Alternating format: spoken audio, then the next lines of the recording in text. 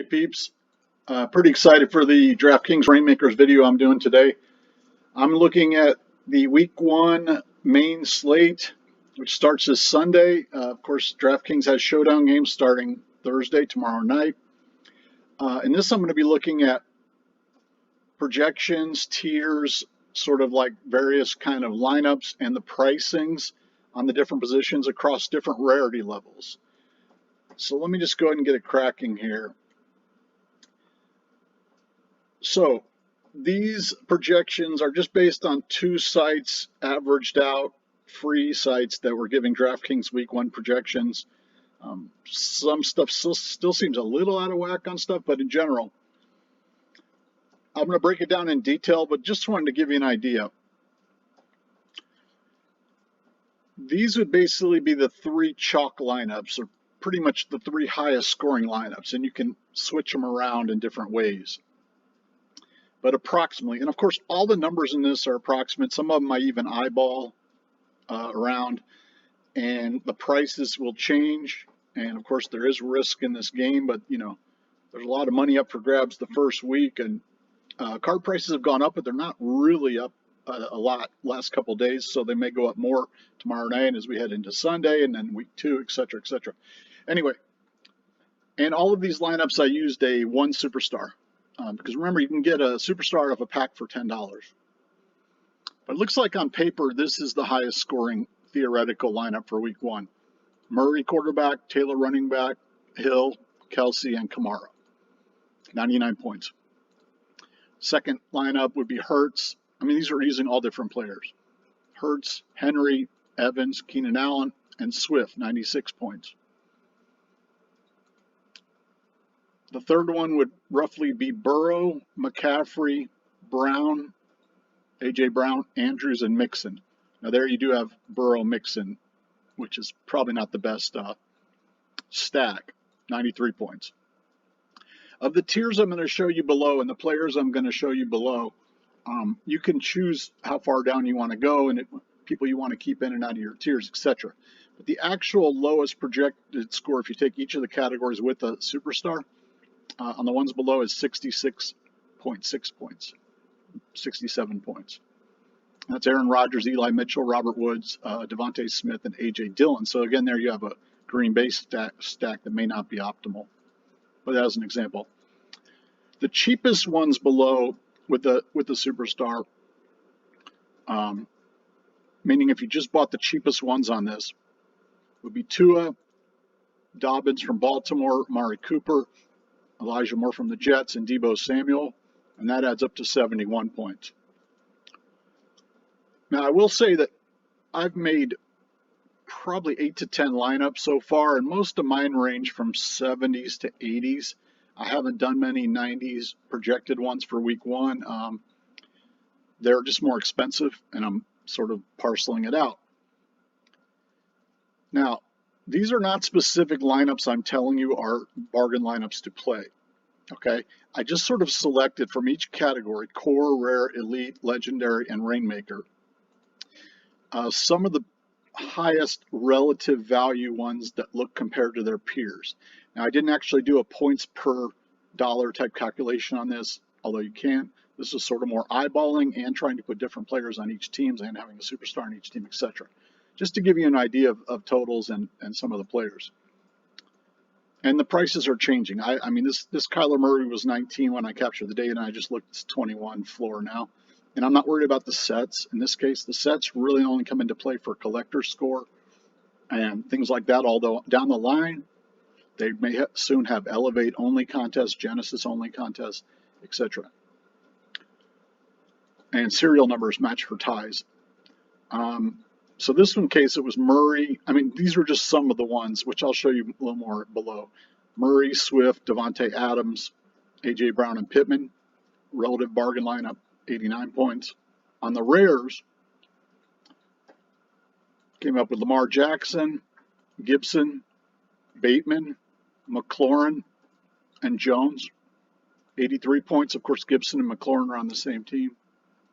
But Bateman and Jackson are also, and that actually could be a good stack, in my view. On the elites, Now, as we go up, there's less and less cards. They get more and more illiquid, and we're talking a lot of money. So just, be careful. Just because something is cheaper than its peers doesn't necessarily mean it's a good deal. Justin Herbert, Edmonds, Michael Thomas, Andrews, and Connor, 84 points. On the legendary, Fields from Chicago, Derrick Henry, Cooks, Keenan Allen, and Waller, 84 points. And then on the Reignmaker level, which again, there's only one or two of these, and some of them haven't been pulled out of packs or minted yet, etc.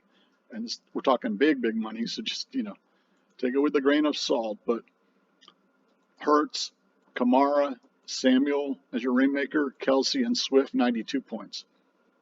Now, in a given week, the total's going to come out most likely a lot higher than this, maybe 125 to 150. But these are sort of like what's projected average.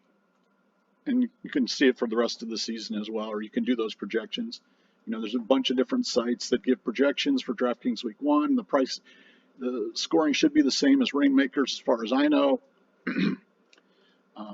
Fairly heavily PPR based.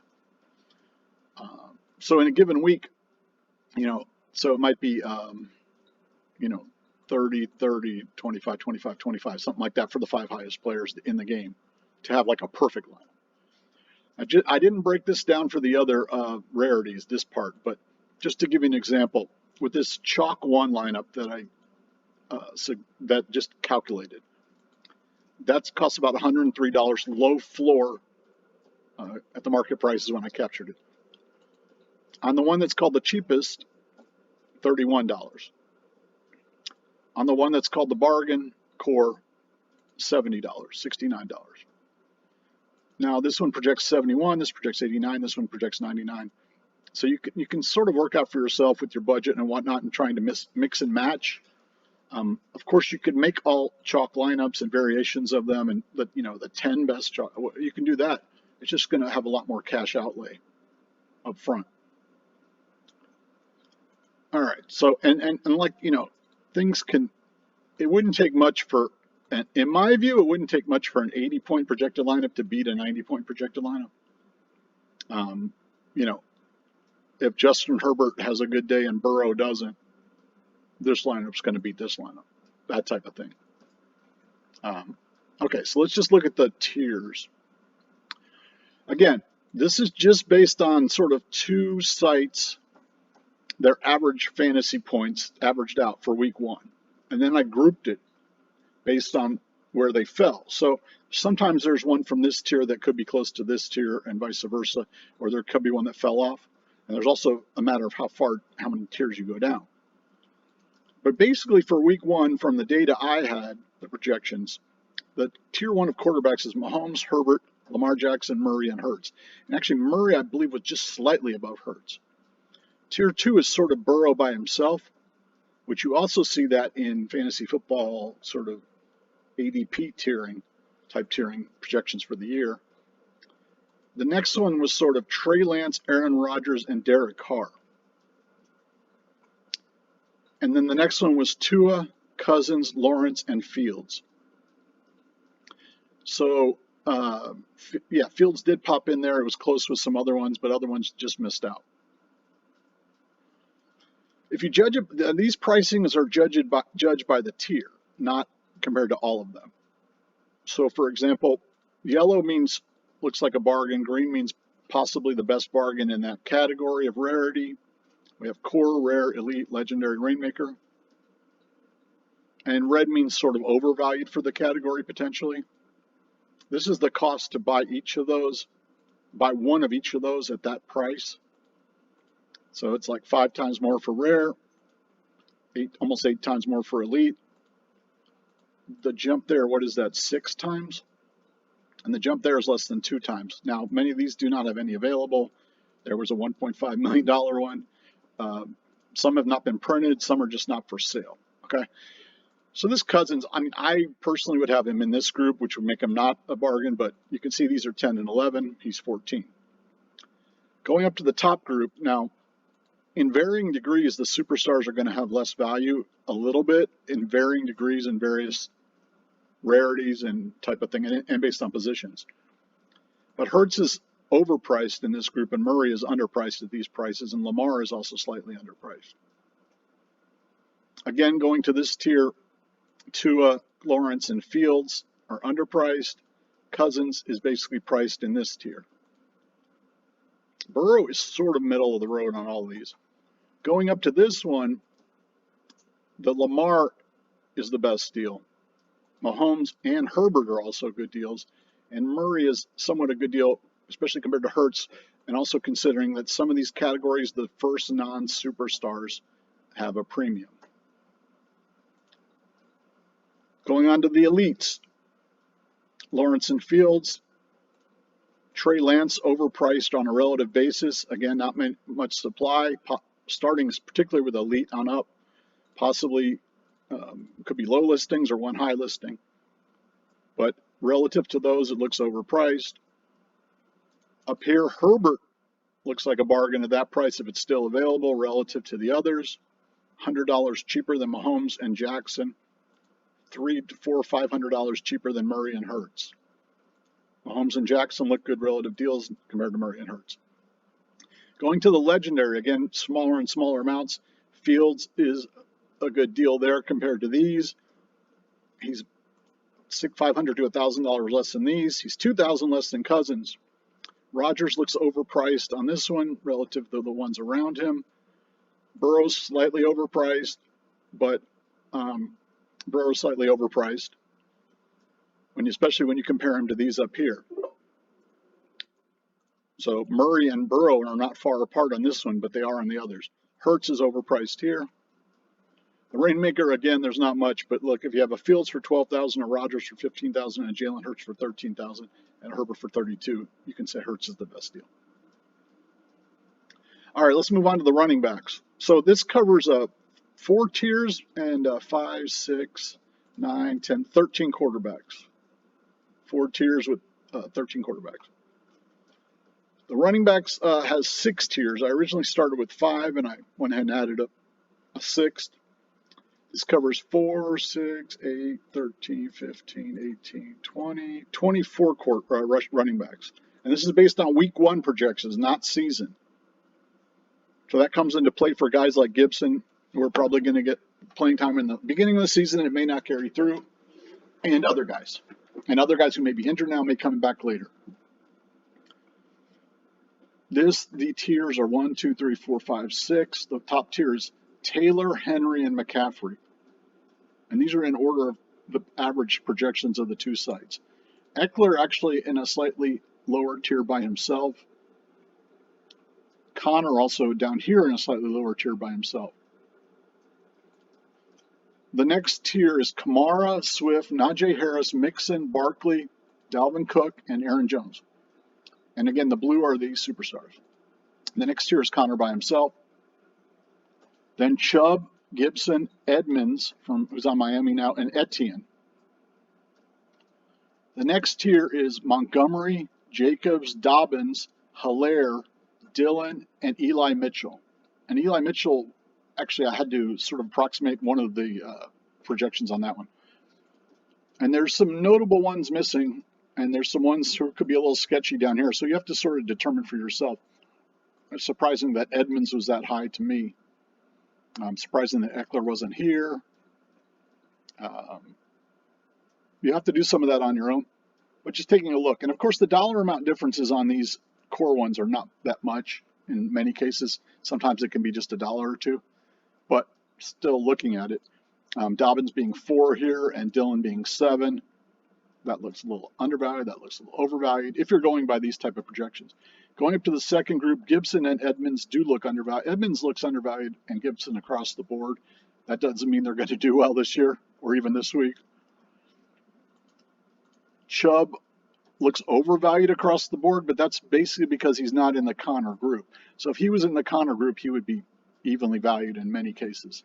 But here you can see 6 and 6 versus 11 versus some of these being 6. Connor 10.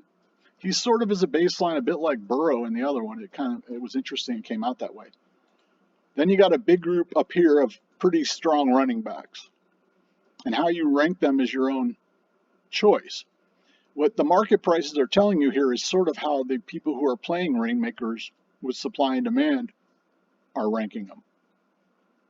So Mixon and Kamara are the most expensive. Kamara is the highest projected running back, non-superstar. Mixon is high, but Swift on a relative basis, if that price is there and on a relative basis, looks attractive. These superstars are low as well, but that comes into play on this. Some of the superstars have discounts, and you can see the others.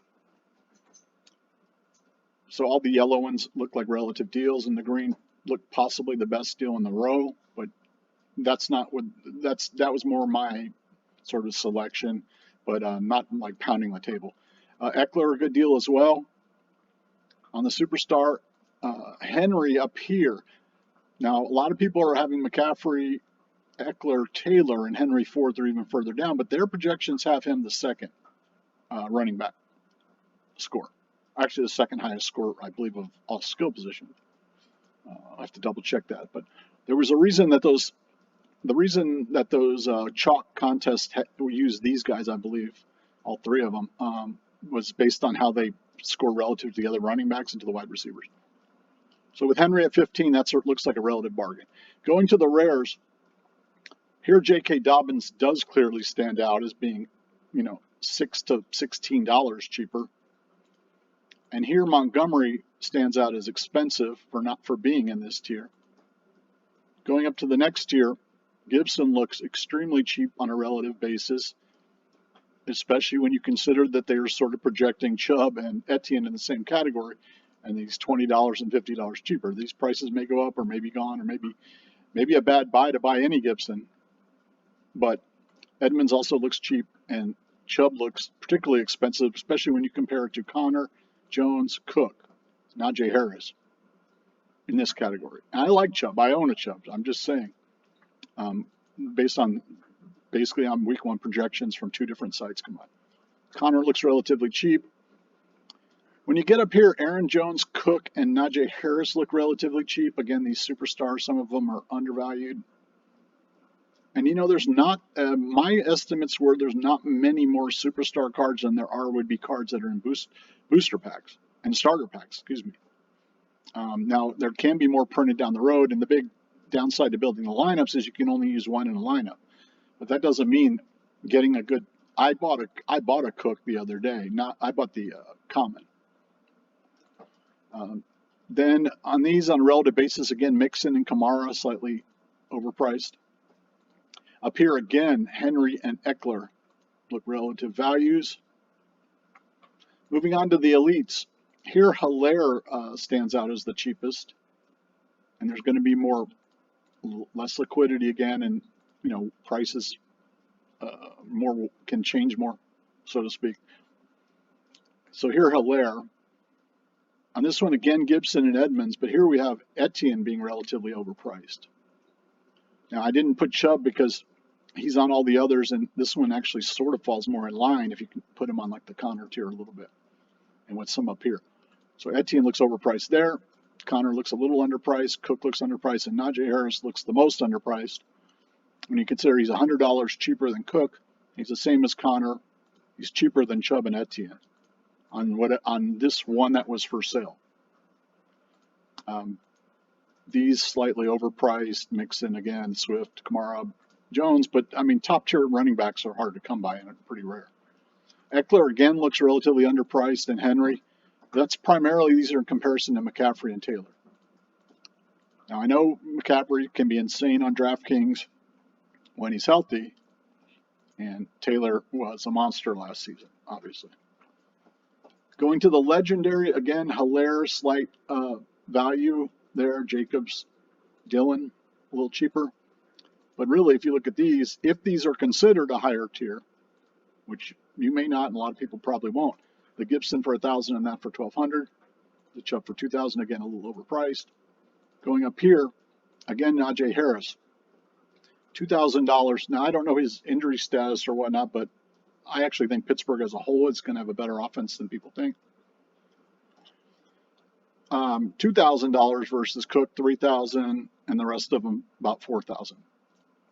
Again, Eckler, superstar card, $3,500 versus $5,000, $5,000. Now, Derrick Henry here in particular, $2,500. We're talking about on these big levels with big money. He's $1,000 cheaper than Eckler at the time that I captured the prices. He's $2,000 cheaper than Swift, etc. And I know there's uncertainty about Henry. I mean, there's literally almost uncertainty about almost every player, of course, in the NFL. Just going quick on the Reignmakers. On this one, I chose Kamara and Swift at $15,000. If you're looking at Harris at $22 and Eckler at $50 and that at $100. Now these here are $5,000. But if you're looking at the Rainmaker level, those possibly look like deals. Let's move on to the wide receivers, and I'll wrap it up. Wide receivers and tight ends. So here I went down 6 tiers, again further than you may choose to. 2, 4, 8, 11, 15, 20, 25, 30, I think 33. No, it's either 33 or 28. 6 tiers. Oh, and so by the way, if you wanted to buy all these, remember it was $219, $1,200, $800. And then here it's $255, $14, $11,058, and $227. So now we're getting to the wide receivers. This is even too big to fit on the screen with these with the font I'm using.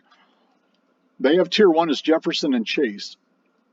Tier 2 is Devontae Adams and Kelsey. Or this is how I broke down the tiers based on how the numbers came in. Next tier, Tyreek Hill, Mike Evans, Samuel, Keenan Allen, Andrews, A.J. Brown, and Pittman.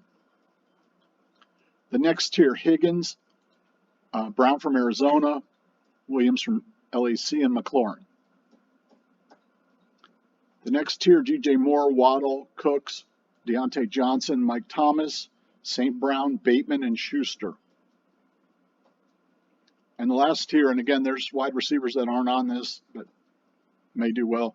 Kirk, Waller, Cooper, Mooney, Thielen, Pitts, Renfro, Elijah Moore from the Jets, Robert Woods, and Devontae Smith. So let's just go through them real quick, what some of the possible bargains look like. Pitts looked slightly overpriced there on that one. Schuster, slightly overpriced here. Remains to be seen how the KC breaks down. He could be great. Bateman, underpriced here. I like the pairings of Jackson with Andrews and or Bateman because I think they will get all the targets, but I may be wrong. Mike Williams, slightly overpriced on this tier. Now, I chose the other day to buy a Mike Williams core over an Allen, even though it was like only $1 cheaper, and I may regret it. I don't know. Keenan gets a lot of catches, but he gets hurt a lot, and Mike Williams gets the explosive big plays. So I feel like he could be a guy that could get 30 points in a given week, and he's more of a steady guy, but it remains to be seen. McLaurin, slightly cheap on this level. McLaurin, slightly cheap across the board, probably because people don't group him in that category. Waller and Cooper are slightly cheap across the board. Then we go up to the next tier. Pittman, A.J. Brown, and Debo look cheap, relative basis. Tyreek Hill looks expensive. I know everybody loves him. I mean, he can be a fantasy monster. Kelsey and Tyreek Hill are the top sort of wide receiver, tight end, non-superstars that are projected. And a lot of the buying is sort of coming into the top tier the most. So Hill looks overpriced there when you consider what these other guys are going for. Of course, a lot of people would have Hill in this tier. Kelsey for 22 looks overpriced a bit compared to Devontae at 11, even though it is a superstar, and Chase actually, and Jefferson both, but Jefferson being cheaper than Chase and cheaper than some of these. I chose this as the bargain of it. Now, who knows how good Devontae, I'm not super optimistic on Devontae because there's so many weapons. I do like the Raiders offense, but there's so many weapons there. But just on a sort of points projected basis for week 1, those two, him. Okay, going to the next rarity, which is rare. Again here, Pitts. Now he is going to have a good year. I'm bullish on him, but where they have him projected, he is not in this tier. He's in this tier. So on that $41 price, he is overvalued, especially when you consider that Moore, Woods, Waller, and Cooper are $20, $25. Robert Woods, sort of an unknown. He's a good football player. Cooper, not much upside in my view. Waller, I think he will have a good year, but a lot of weapons. And I own Waller, Renfro. I think all the Raiders in various combinations, and I own Derek Carr. Excuse me. Okay, next group up, Bateman, which is what I chose as sort of the bargain of the category. At 30, a lot of people aren't, I guess, completely sold on him. Here we have St. Brown and, again, Schuster being possibly overpriced. Not really overrated, but overpriced possibly. When you consider $20 more or $10 more than those. The next group up, Williams, again, slightly overpriced. McLaurin, again, underpriced when you consider 15 more for those, 20 more for those. If you put McLaurin in that tier, he looks fairly priced. If you put Williams up towards this tier, he starting to look more regular priced. On this tier, Debo again. Debo 55, Devontae 70, Chase 90, Jefferson 90. That is underpriced. That actually could be the bargain of the strip, but because I picked Debo here, I didn't want to pick him twice. Tyreek Hill 135. Double the price of these,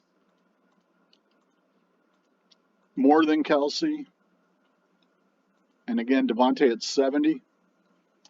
Going to the next one, Pitts again. Now the cheapest ones here on a relative basis were actually Kirk, Waller, and Cooper. I think Kirk can have a good year. If you think Trevor Lawrence is going to take a pretty big step up, which I tend to think. So on a relative basis, $60 less for Cooper than these, and even these being cheaper. And then when you look at the next leg up, that these being $100 plus cheaper than these stands out. Again, Bateman and Schuster overpriced. This shows you with the different things.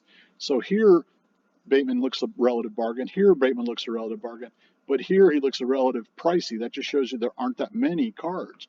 That's on the elite level, and there aren't that many for sale on that level, and what are high priced. And again, here he looks a bargain on relative. So that's the type of thing that can happen. That's what I'm trying to point out some of that here. Because even though there are some people that have trends, there's other ones who might only have one category that's a trend at the current time. Michael Thomas there, 300 versus 390 is the next one, up to 600. So that could almost be the pick of the bar. Of course, it depends on his health, but a couple years ago, he was amazing for many years, several years. And DJ Moore here is expensive. When you consider Brandon Cooks, Waddle, Deontay Johnson, up to the next tier, and then you consider these are more expensive than the next tier. Higgins, Marquise Brown, Mike Williams, McLaurin. Here I slightly have a Marquise Brown and a McLaurin. I think Brown's going to have a good year. In general, that's what I think. Up to the next tier, we got Pittman and Andrews looking relative bargains. When you consider that Schuster and Moore are the same price as Andrews and Pittman, now again, elites, there's not that many cards. Markets can be wide and prices can change. A.J. Brown looks overpriced here, as does Tyreek again. But look, A.J. Brown being almost as much as Tyreek here when he's quite a bit below on the others.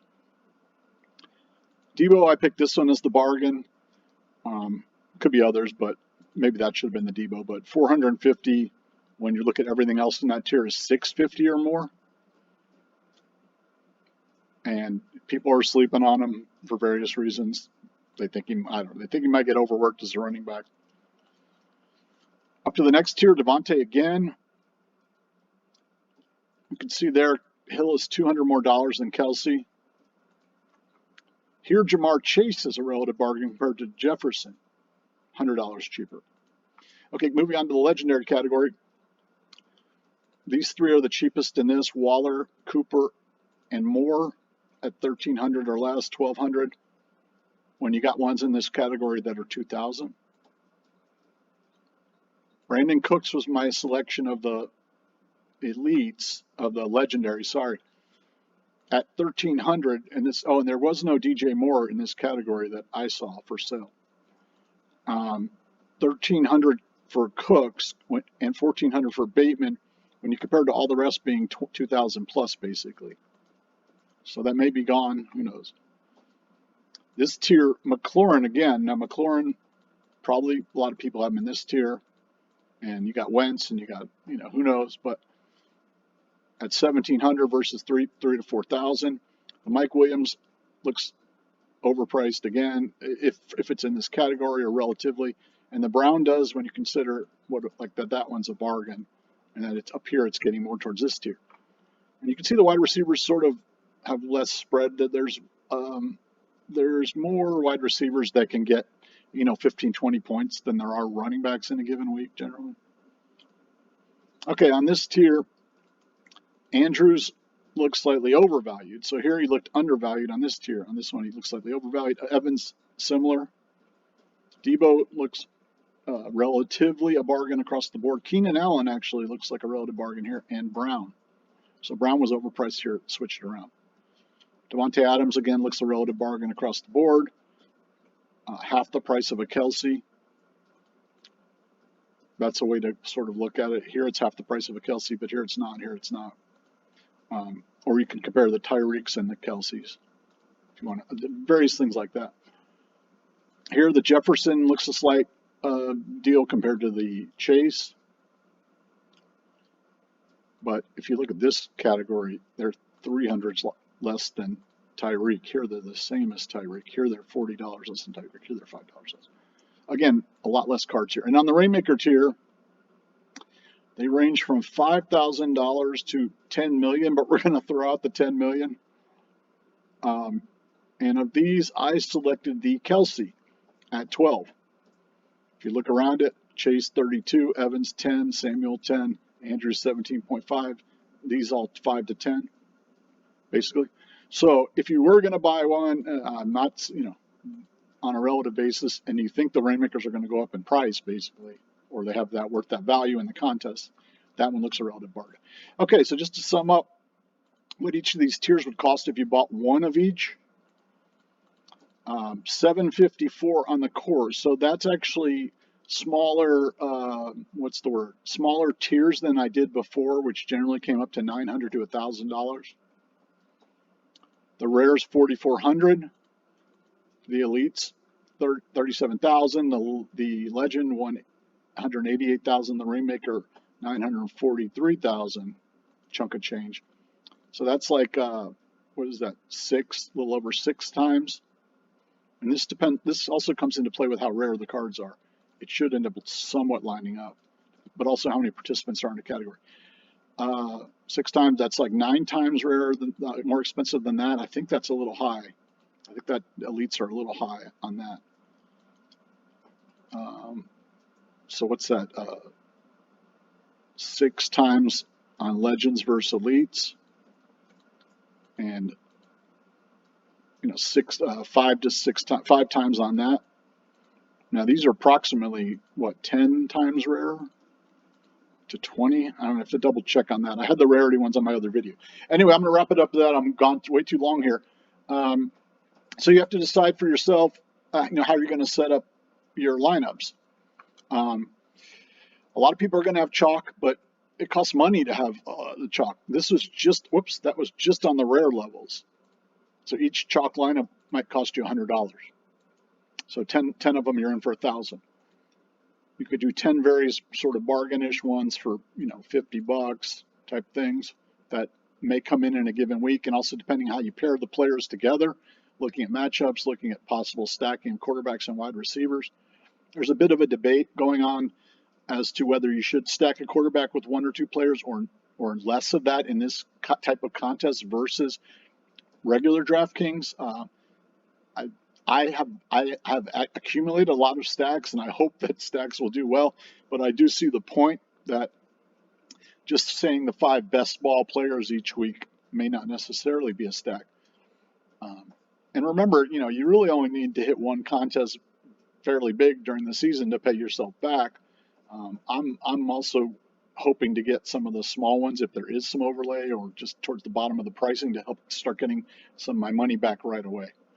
All right, that's it, guys. Getting excited for this season. Hope you are too. Remember, you can use my referral code, and any information I give, do at your own risk, and possibly could have something incorrect here and there. And this is not I'm not guaranteeing anything of anything. All right, have a good one.